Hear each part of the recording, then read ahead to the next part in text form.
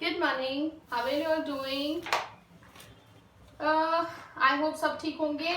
हमने कल पढ़ा था टोकन्स, जितने भी टोकन्स का पूरा कॉन्सेप्ट मैंने आपको एक्सप्लेन करा था। Today will talk about the bare bones of a Python program, मतलब एक तरीके से बैकबोन कह लीजिए कि एक पाइथन प्रोग्राम में क्या क्या होती है। कल हमने पढ़ा था जैसे कि ये एक प्रोग्राम है कि ये क्या है, एक्सप्रेशन आपका वेरिएबल क्या होता है, आपका इंटीजर, बूलियन, ये वैल्यूज के बारे में। Today will talk about the blocks, today will talk about particular line, we can say that. ठीक है, सो हम लोग ये जानते हैं, हमने देखा यहाँ पे hashtag and then there is some line written, the program def, ठीक है, फंक्शन डिफाइन किया गया है, प्रिंट, फिर से एक कमेंट है, वी ऑल नो इट। हमें कमेंट डिफाइन करना होता है तो हम कैसे करते हैं, hashtag and then this hashtag and then we write the line. Comments are actually used. Why we use comments? Comments are actually used so that someone else who read the program would be able to get to know by just by reading a comment that what this program is all about,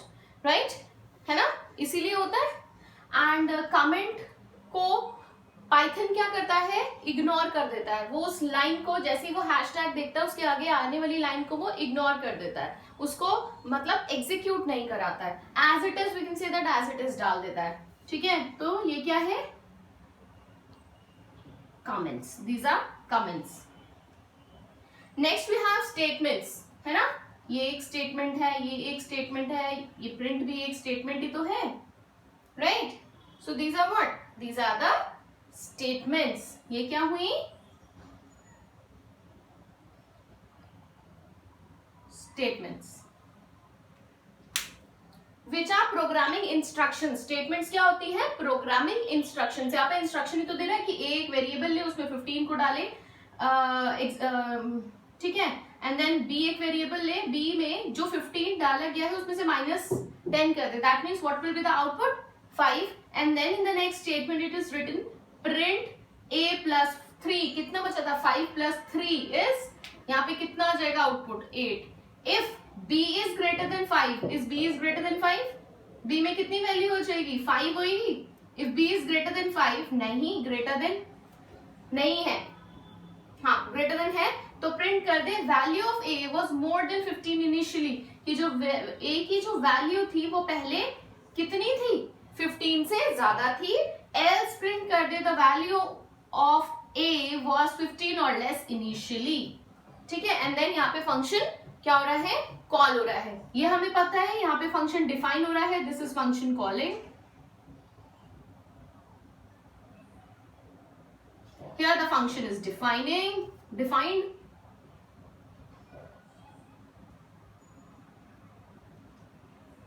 ठीक है। And the next is expressions. What are expressions? Expression which are any legal combination of symbols that represent a value. So ये सब क्या हुए आपके expressions। क्या होता है expressions? Which are any legal combination of symbols that represent a value. Legal combination of symbols ही तो है, ये देखो एक symbol, यहाँ पे symbols। अब ये क्या है, value को क्या करा रहे, represent करने के काम ही तो ये आ रहे हैं, है ना। सो दीज प्रॉपर दिस ये क्या कहलाएंगे, these are expressions. Function I told you that here this is function defining, this is function calling. Next is block. Okay, ये हमने 11th में पढ़ा था।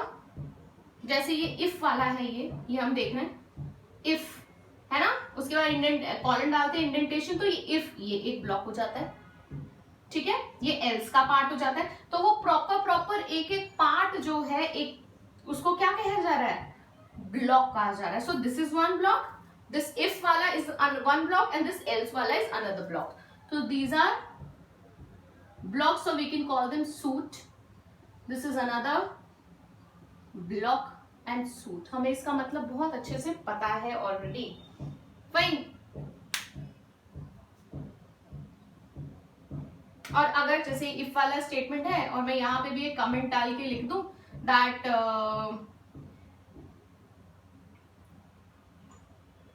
b is greater than 5, तो इसको बोलेंगे inline comment,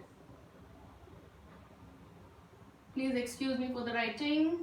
inline comment. Inline comment का मतलब क्या है? एक लाइन है देन एक हमारी क्या है, एक सूट है या एक स्टेटमेंट है, उस स्टेटमेंट के साथ में हमने कुछ कमेंट लिख दिया. जैसे ये एक है, इसके साथ में मैं कुछ कमेंट लिख दूं.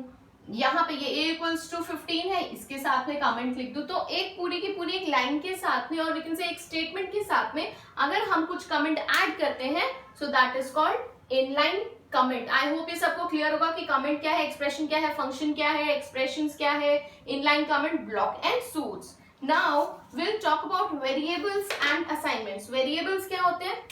This is variable, this is variable. So variables are what? Which are used to assign a value. Value represent labeled storage location whose value can be manipulated during the program run. जैसे कि मैं यहाँ पे equals to 10 कर दूं, मैं कोई character ले लूं, age equals to 16 कर दूं. So these are what? These are the variables which are used to what? Store a value. है ना? Assignment क्या हुआ? What is assignment? When I am assigning some value to a variable, so that is called assigning a value.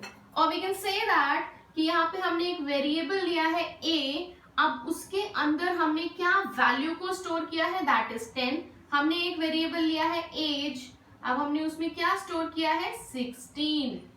So ये क्या है? This is a variable and whatever the value we assign into a variable, those. So here when we put value into a variable is called assignment. This is called assignment. And these are what? These are the variables which store the value and which we use in the program to store. Fine. Next we'll talk about dynamic typing. What is dynamic typing? Ji, dynamic typing का concept जो है हमारा Python में ही आता है. इस बाकी और लैंग्वेजेस में we have a static typing, some other languages. मतलब अगर हमने किसी वेरिएबल में कोई वैल्यू स्टोर करा दी तो वो वही रहेगी, हम उसको बाद में चेंज नहीं कर सकते. So this is something a good thing which we have, that is called static typing. But Python में क्या होता है? डायनामिक टाइपिंग होती है. क्या होता है? I'll just explain you. In Python, as you have learned, a variable is defined by assigning to it some value. That value can be string, that can be value integer, float, any value we can put into a variable. We can say that, just a minute. Okay. मैंने एक variable लिया x, मैंने print करा दिया x, ठीक है. फिर मैंने वापस x ले लिया, उसमें मैंने एक स्ट्रिंग इनिशियलाइज करा दी. फाइन. फिर मैंने प्रिंट करा दिया x. जब मैंने यहाँ पे इस वेरिएबल में इस वैल्यू को असाइन करा, इस इंटीजर वैल्यू को असाइन करा, तो वो क्या प्रिंट करेगा? यहाँ पे मुझे आउटपुट क्या मिलेगा? I get x as an output. Fine. फिर मैंने दोबारा से x लिया और मैंने उसमें एक और वैल्यू को, एक और स्ट्रिंग को मैंने इनिशियलाइज करा दिया. तो यहां से मुझे क्या प्रिंट होकर आएगा? Hello world. फाइन. अब इसकी इंटरनली कैसे वर्किंग होती है और कैसे पाइथन की स्टोरेज डिफरेंट अदर लैंग्वेजेस से डिफरेंट होती है, वो हम देखते हैं. ठीक है. So you can think that the Python variable is label associated with the object with dynamic typing. Python makes a label refer to a new value with a new assignment. मतलब अब यहाँ पे पहले जो था हमारा x, वो किसकी तरफ पॉइंट कर रहा था? वो integer value. This is what? Integer value. Integer value है, इंटीजर की तरफ पॉइंट कर रहा था. We can call it int, हम इंट लिखते हैं इसको ना. फिर हमने वापस से, आप देखो पहले तो वो x पे पॉइंट कर रहा था, 10 पे सॉरी. फिर वापस हमने क्या करा? उसको ये दे दिया, एक स्ट्रिंग इनिशियलाइज करा दी. अब वो क्या करेगा? इसके साथ में जब हमने उसको दोबारा यहाँ पे इनिशियलाइज कराया हेलो वर्ल्ड, तो इसका इसके साथ में जो है कॉन्टैक्ट खत्म हो गया और उसने क्या करा? सिर्फ हेलो वर्ल्ड प्रिंट करा. ठीक है. So this is what called dynamic typing, आप सोचेंगे क्या डिफरेंस है dynamic typing and static typing में. स्टैटिक टाइपिंग में क्या होता है, the data type is attached with a variable when it is defined first and it is fixed. That means static typing, dynamic typing is what,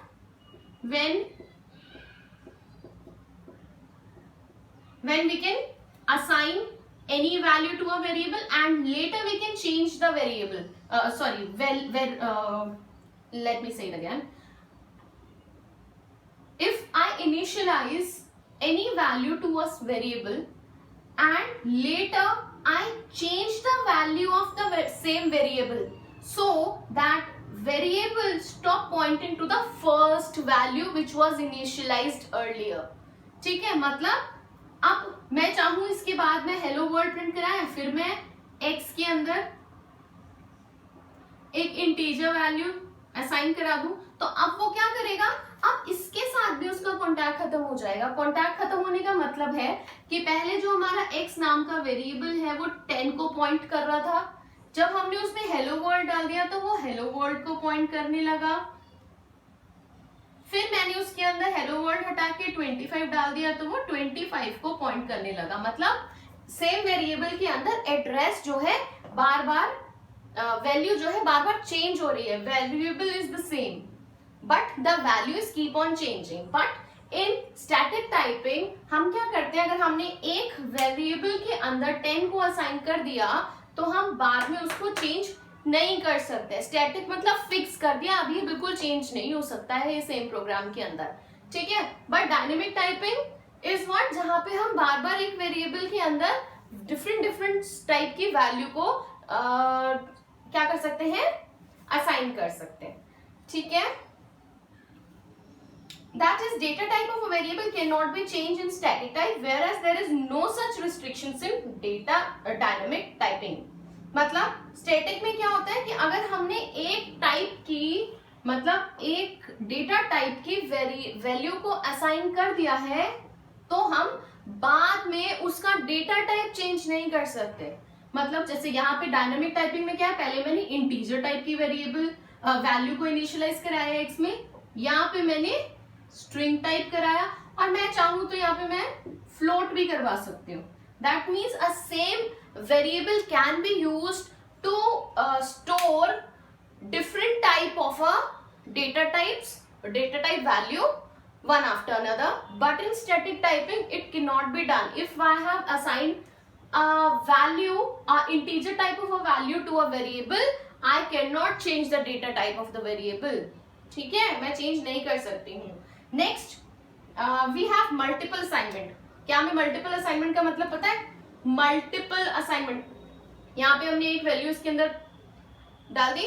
अब multiple assignment का मतलब क्या है, सेम टाइप की सेम ही वैल्यू मैं एक से ज्यादा वेरिएबल के अंदर स्टोर कर रही हूँ. मल्टीपल क्या है,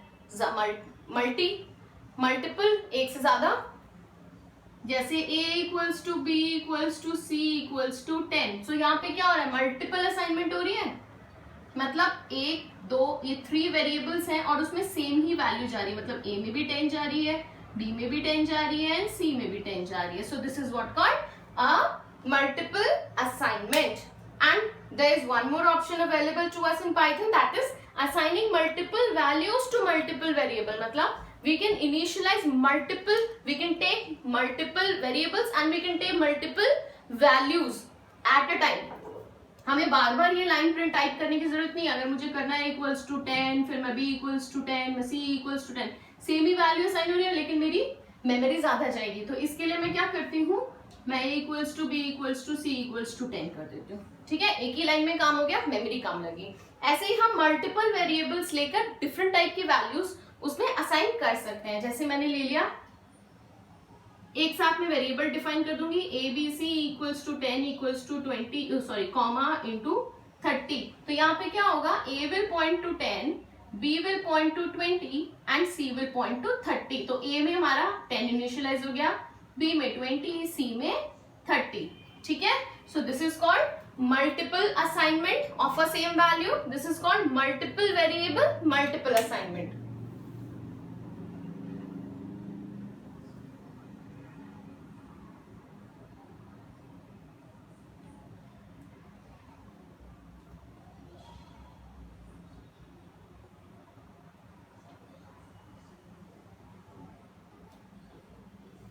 अब ये एक ऑर्डर ही फॉलो होता है, मतलब A, B and C, ठीक है।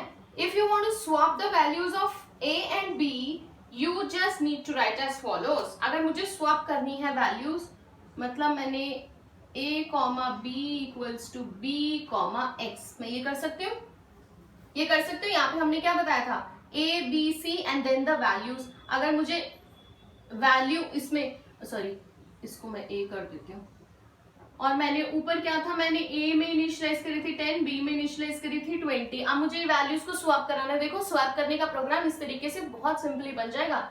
अब क्या होगा, A के अंदर जो वैल्यू है वो B में चली जाएगी, B के अंदर जो वैल्यू है A में चली जाएगी, क्योंकि यही इसी तरीके से ऑर्डर फॉलो होता है। तो A के अंदर अब क्या है 20 और B के अंदर क्या है 10। या आप चाहें तो इसको यहाँ पे ऐसे एंड देन प्रिंट A करा लीजिए, प्रिंट B करा लीजिए, ठीक है। तो फिर आपको A जो है आउटपुट देगा 20, B जो है आउटपुट देगा 10। ऑलराइट,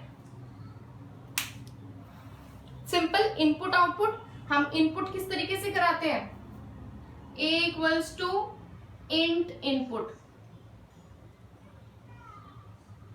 एंटर योर नंबर, है ना। ये हम कब यूज करते हैं, जब हमें सिर्फ इंट टाइप की वैल्यू को इनपुट कराना है यूजर से। हमें स्ट्रिंग करानी है, इंट को हटा दीजिए, इनपुट वो करा देगा। आउटपुट के लिए what do we use out print, है ना। प्रिंट स्टेटमेंट हम लोग यूज करते हैं to get a output on the screen. मुझे फ्लोट टाइप की वैल्यू यूजर से इनिशियलाइज करानी है, मैं फ्लोट लिख दूंगी। एक हमने एक कॉन्सेप्ट पढ़ा था, मैंने इंटीजर टाइप की वैल्यू तो यूजर से ले ली, लेकिन मुझे बाद में उसको स्ट्रिंग कराना है, तो मैं क्या करूंगी, str कर दूंगी, str a।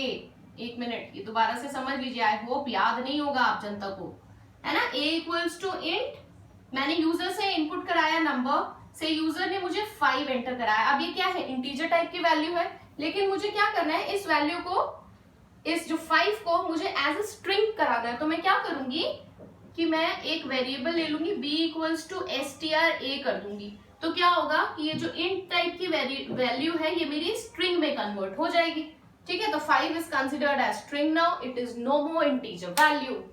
प्लीज इसको याद रखिएगा, ये छोटे छोटे ये जो पॉइंट्स है ना, इधर you can note it somewhere, because this type of questions can be asked in the viva, है ना। That what we can, how what function we can use or what keyword we can use to convert a integer value into a string, fine। so हमने ये कर लिया है, dynamic typing, static typing, multiple assignments, input output, ठीक है।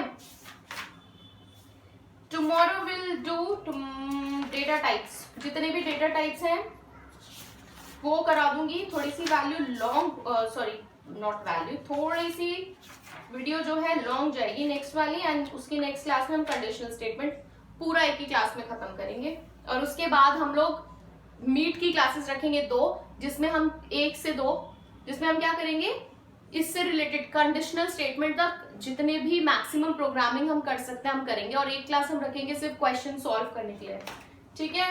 उसके बाद Python revision 2 आ जाएगा, नो प्रॉब्लम, हम लोग करेंगे दोबारा एक छोटा छोटा पॉइंट कवर करेंगे। फिर फंक्शंस है ही कितना, फंक्शंस, फाइल हैंडलिंग, रिकर्शन है ही नहीं। अब डेटा स्ट्रक्चर का थोड़ा बहुत ही पार्ट रहता है जो कि मैं करा दूंगी, ठीक है। So that's all, take care of yourself students, bye bye बच्चे।